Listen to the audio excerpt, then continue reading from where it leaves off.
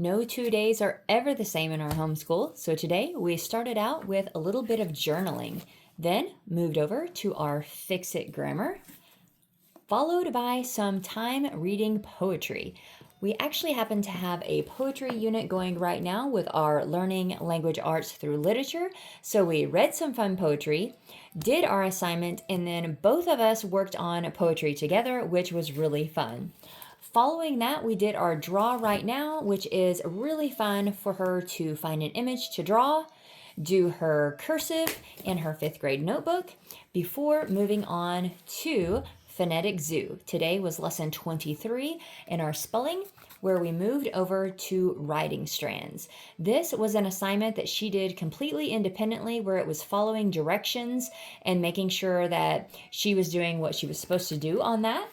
Afterwards, we did a little bit of warming up the brain with some practice pages of subtraction before moving over into our dimensions math work. So we are on chapter 11 right now, quickly finishing up this book before moving on to something new for 6th grade. Now, it is Easter season right now, so we are actually doing an Easter study currently. After that, we moved over to some read aloud time where I read her Little Women.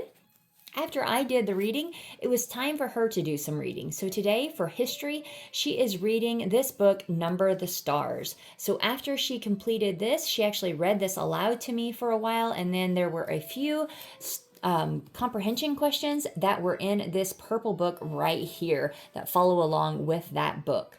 To wrap up the day with our books, we have our science, where today was studying the tides. Once that was all completed, it was all entered into my handy dandy school nest notebook. The only thing left is a violin, which she happens to be doing right now. So that is another day in the life for us.